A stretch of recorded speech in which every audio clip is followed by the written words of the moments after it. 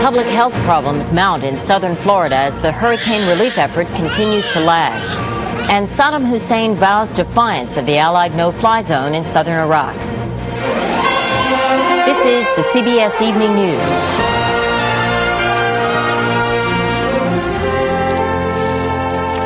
Good evening, I'm Connie Chung. Heavy rains drenched homeless residents in southern Florida today. Residents who are still waiting for tent cities to be built, now several days delayed. Tents may be ready in Florida City tonight, but it won't be soon enough for the thousands who are miserable. As Jim Stewart reports, patience is wearing thin. Ground clearing finally began here today for several Army tent cities in the worst-hit neighborhoods of southern Florida as the numbers continue to mount for Hurricane Andrew. 33 dead, 250,000 homeless, and $30 billion in damages. A week into the relief effort, fault-finding and blame are also starting to be heard. Price gougers are out in force despite a flood of free goods. Hey, get me.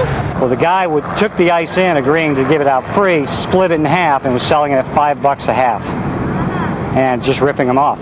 Some relief agencies are also starting to catch heat for being less than prepared and ignoring offers of help. We're getting food out, and the Red Cross is, and they're doing a rotten job.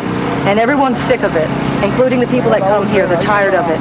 And so we're performing a service, and I don't appreciate somebody telling me I can't volunteer my time. Florida housing codes allowed to slide during the boom period of the 80s will face a stiff review as particle board roofs held together with staples snapped apart in the high winds. The whole top of the roof just went all at once.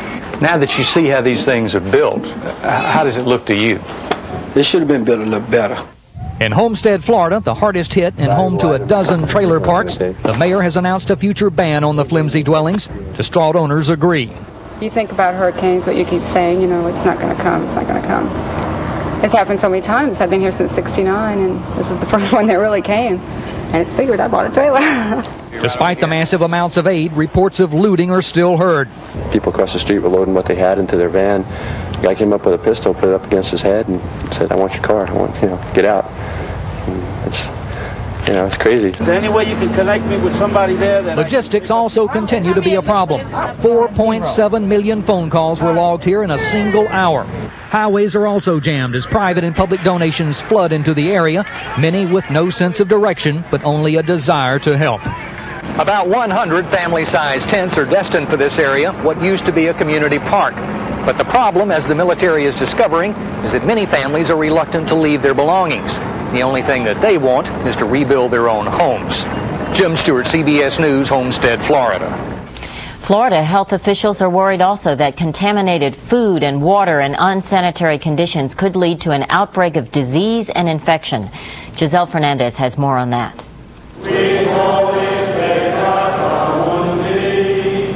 Church hymns were heard throughout the mangled neighborhoods of South Florida this morning as tired residents marked week one of the catastrophe with prayer.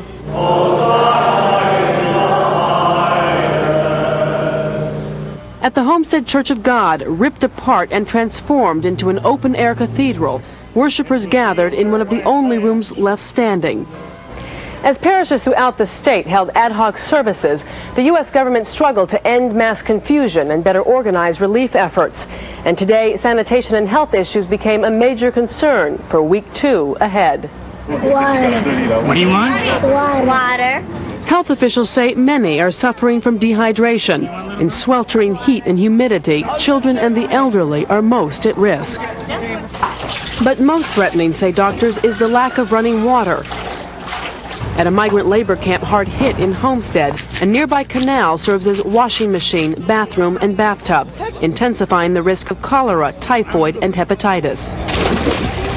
You're seeing all kinds of things that you don't expect to see in this country. It's like walking through a third world country tucked away in Dade County, Florida. Go into the different houses, the children and the elderly, find out if any... Dr. Joe Greer, spearheading his own grassroots medical task force, is reaching out to the migrant workers last to receive care. Some doctors from the University of Miami who came to see if anybody's hurt or sick out here. Going door to door, medical students on Greer's team found endless minor injuries left unattended. Tables were made out of glass and they started to fall and they broke. And I got a cut right here. In minutes, mothers holding sick children began to form a line outside the makeshift clinic. This one and this one, they're both sick. He gets fever at night all the time. How about diarrhea? Diarrhea, he got diarrhea today. And a lot of mosquitoes, they're biting them and everything. They have a lot of mosquito bites all over. See? Inside, this baby is given antibiotics for a double ear infection. This is just one of 300 families here who lost practically everything. Any light, any power? No light, no water, no nothing. Because right now, if you go into the bathrooms of anybody, it's just the biggest mess. I mean, we're poor people, but we're not pigs. Endless deliveries of food and water, doctors say, are not enough here. Surviving day to day with the basics is one thing. Eliminating immediate and long-term health risks another. The same is so all across southern Dade County, where hospitals and field clinics are overwhelmed. Even doctors here are making house calls. Gastrointestinal diarrhea, skin problems, there's a lot of skin rashes, and just cuts and bruises from walking around and trying to fix their homes. With sporadic downpours adding insult to injury, caregivers say backed up sewers will only worsen an already precarious sanitation crisis. Giselle Fernandez, CBS News, Homestead. In Louisiana, Wallace Stickney, the director of the Federal Emergency Management Agency, surveyed damage in the Morgan City area, which was hard hit by Hurricane Andrew. The agency says that so far, more than 2,000 people there have applied for emergency aid. They're adding up the toll in Wautoma, Wisconsin from last night's deadly tornado. 2 people were killed and up to 30 hurt when the tornado leveled a trailer park and dozens of other homes and farm buildings. It also destroyed several businesses on Main Street. A small earthquake hit the Los Angeles area early this morning. It measured 3.3 on the Richter scale. No reports of damage or injuries. Still ahead on tonight's CBS Evening News, a different kind of school busing program gets underway in La Crosse, Wisconsin. And Bill Geist looks to prolong that summer vacation feeling.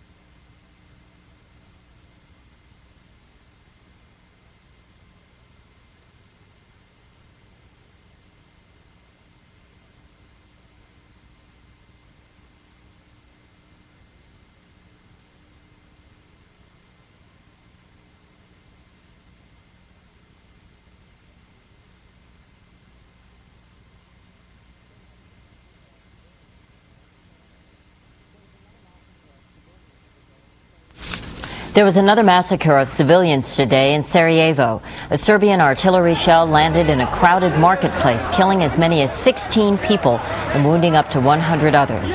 It was the single bloodiest attack on the Bosnian capital in 3 months. National Security Advisor Brent Scowcroft today reported signs Iraq is preparing for a ground offensive against Shiite rebels in the south. In Baghdad, a spokesman for Saddam Hussein delivered a television address that bristled with defiance of the Allied ban on Iraqi flights in the south. Tom Fenton has more. There are no signs tonight that Saddam Hussein is preparing to launch anything against Allied aircraft except verbal broadsides.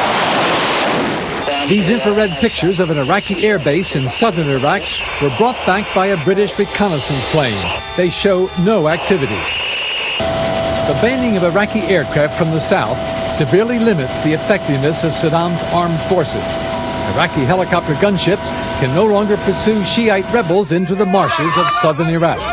Similar restrictions on Iraqi aviation have been in effect in the north since last year. In both cases, they have the effect of strengthening local opposition to Saddam's rule. Tonight, he accused the West of trying to partition his country in order to seize its oil wealth. Saddam's options are also limited by the UN economic sanctions.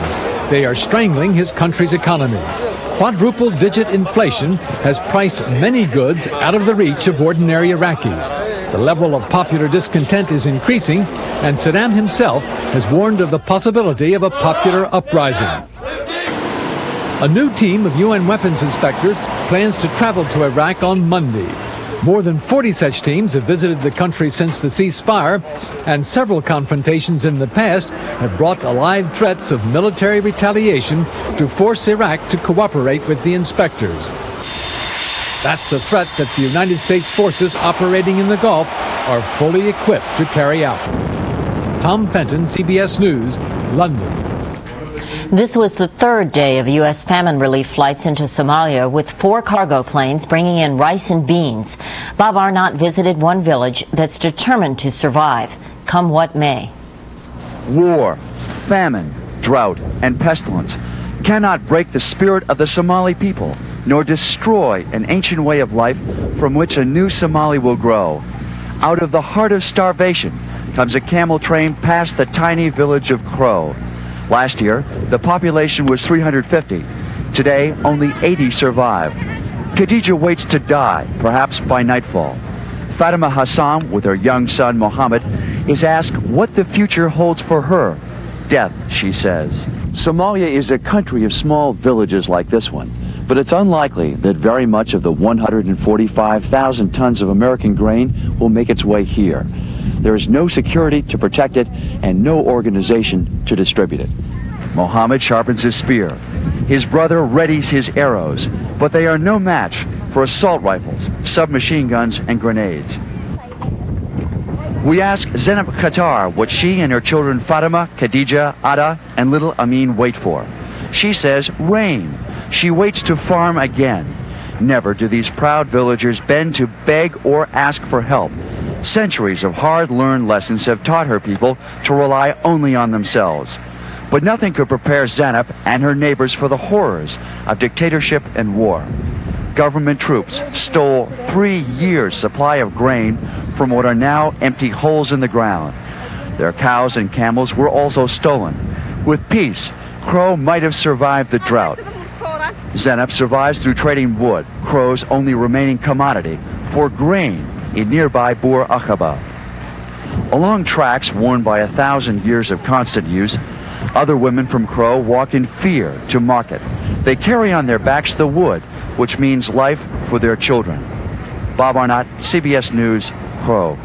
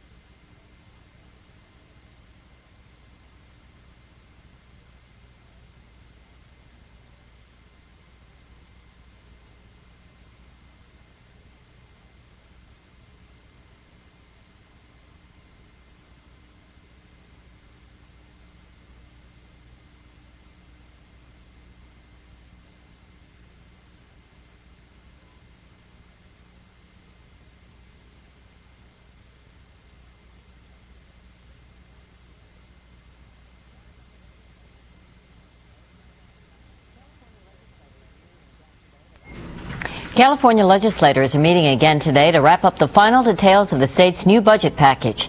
Lawmakers last night passed a $57 billion spending package, bringing an end to the budget crisis that's left the state running on IOUs for nearly 2 months. School began this week in La Crosse, Wisconsin, and so did an unusual new busing program. For the first time ever, a school district is trying to bring together students from various economic backgrounds. Busing revisited. That's the subject of tonight's Sunday cover. What's the bus? Children of the Zhang family are no longer walking to school in their neighborhood. Like many low-income families in La Crosse, Wisconsin, they're taking the bus to school in a more affluent area. It's a good decision to help promote equal education for every student. Busing based on family income is an idea that originated with La Crosse's teachers, who saw poverty-level children concentrated in just a few of the city's schools. Almost half of the poor in La Crosse are recent immigrants from the Hmong tribe in Laos. It's very difficult for teachers, if that's a preponderant number of youngsters having a classroom, to deal with academic issues when you're dealing with so many social, emotional issues. So school administrators took an old method, busing, and adapted it to a new goal, mixing children based on economic class. The idea is that rich and poor children alike would benefit from learning in more diverse classrooms. We have children who can speak English. We have some children who speak Hmong. As school began this week, children were divided on the plan's merits. You gotta get up like at, 6:30 in the morning, get dressed, and then have a bus that comes at 7 o'clock. You can meet new friends and see what a different school is like for a while. But divisions between parents were much greater. Less affluent families generally supported busing. The higher income students can see how the lower income students live and be thankful for what they got. And the lower income students can see what the higher income students have and strive maybe to accomplish that later in life. But wealthier residents were so outraged by the plan, they threw out the school board, claiming mandatory busing limits parental choices. You've lost your effectiveness in this process. And the only way you achieve anything meaningful is voluntary. The minute you attempt to achieve some kind of mix by putting a ball and chain around the leg of every child in the school district, what have you accomplished? The new board, elected last month, didn't have time to dismantle the plan entirely, but it did give parents the last-minute option of moving their children back to their neighborhood schools. All aboard! Judy Heschler is one of the few parents to do so. We made a choice to move into town so that our children could ride their bikes to school, so that they would have a sense of neighborliness, and we really wanted that for them. But some experts who have observed chronic inequalities in America's neighborhood-based schools feel La Crosse's plan fulfills the original mission of public education. It's to enable us to understand the tensions of society when we are little, and if we don't have that chance when we're children, we will grow up to be just as bigoted and fearful and distrustful as the generation that came before us. The La Crosse busing plan has only been in effect for a few days, so it's still too early to judge how well it's working, or even if it will continue. The new school board is expected to try again to dismantle the plan.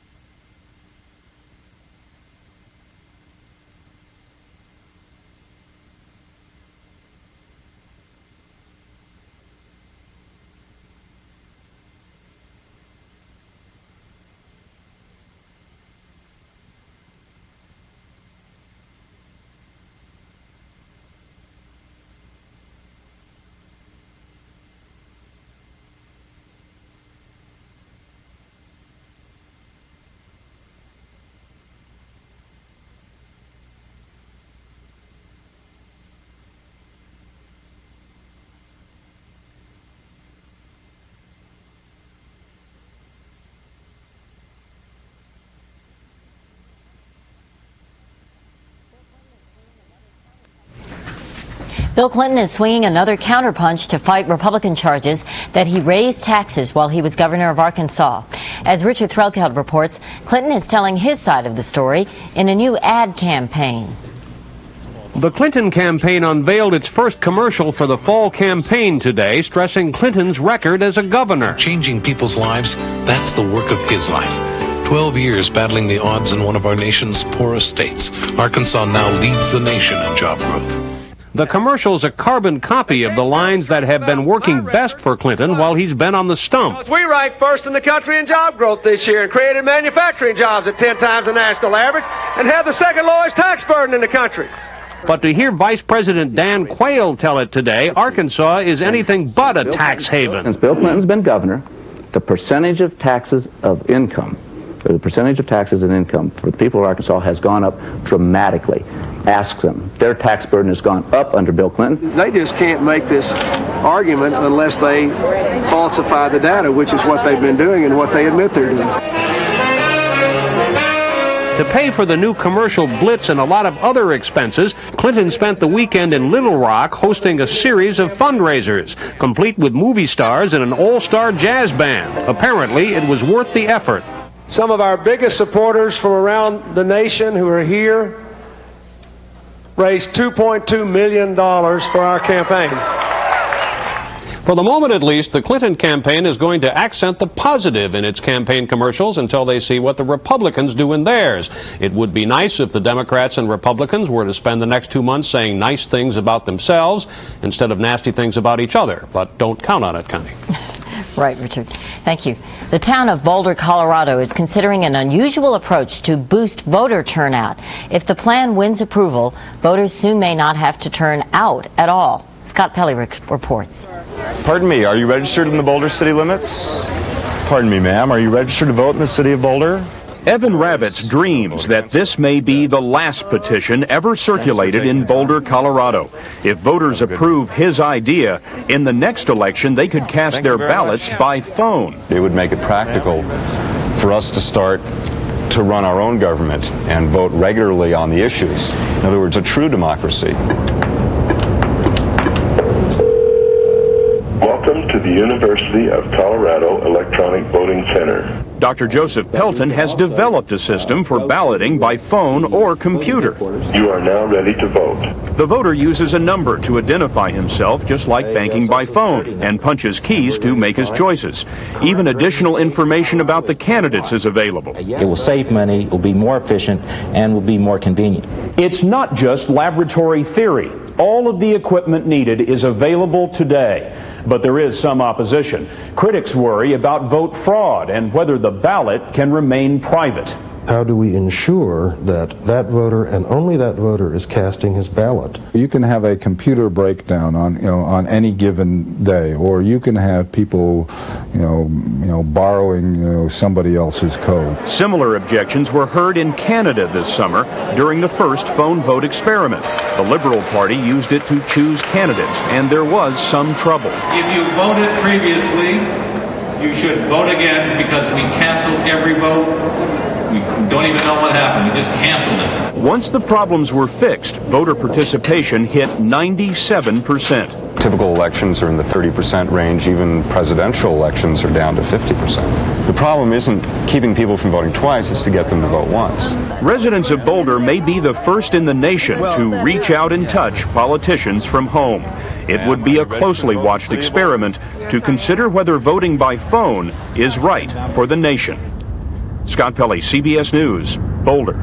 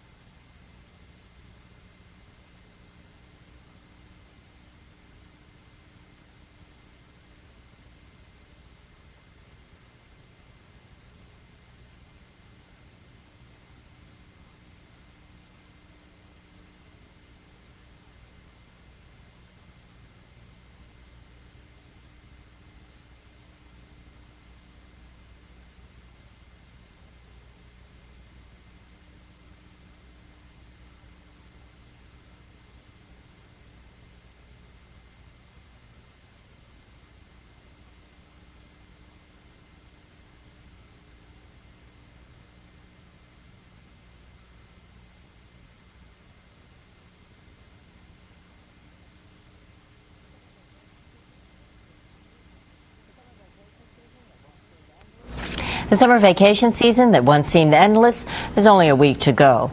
For many, this could be a real downer. But our Bill Geist found it doesn't have to be that way. This is a time when the entire nation suffers from a common malady, returning to work after vacation. Shut up. Smell that bus fume. I wish I was back on the beach. Re-entry into the workforce isn't pretty.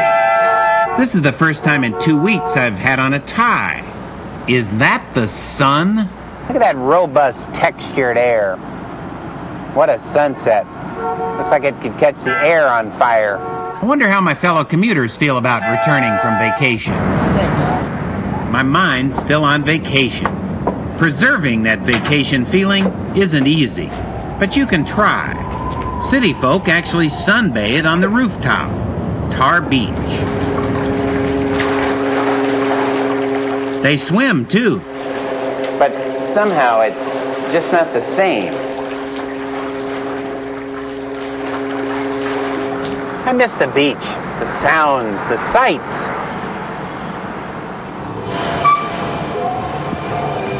It's sort of like the beach.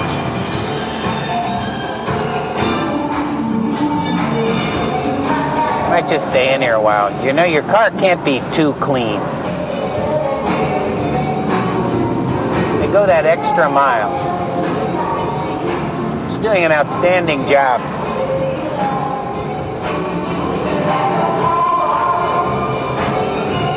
The city does offer certain compensations.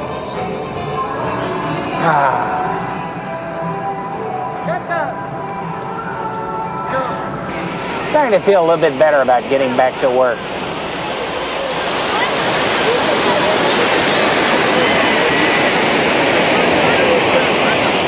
And that's our news. Russ Mitchell will be here later tonight, substituting for Bill Plant on the CBS Sunday Night News.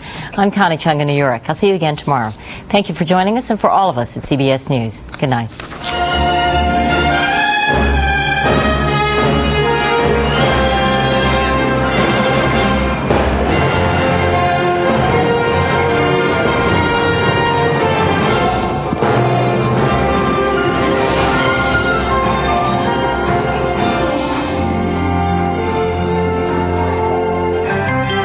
Experience CBS News. These are the faces of tragedy. Tens of thousands homeless without food or water. Starting Monday, Eye on America focuses on Andrew's aftermath on the CBS Evening News. This is CBS.